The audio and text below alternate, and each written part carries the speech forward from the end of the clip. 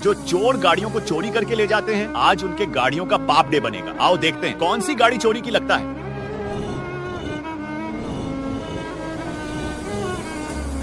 यही गाड़ी चोरी की है, लेकिन उसे देखने से पहले बेटा, मुझे देखकर इग्नोर मत करना। इस बार जो भी एग्जाम में पास होना चाहता है मैं पास कर दूंगी, मगर मेरा भी एक काम करना होगा।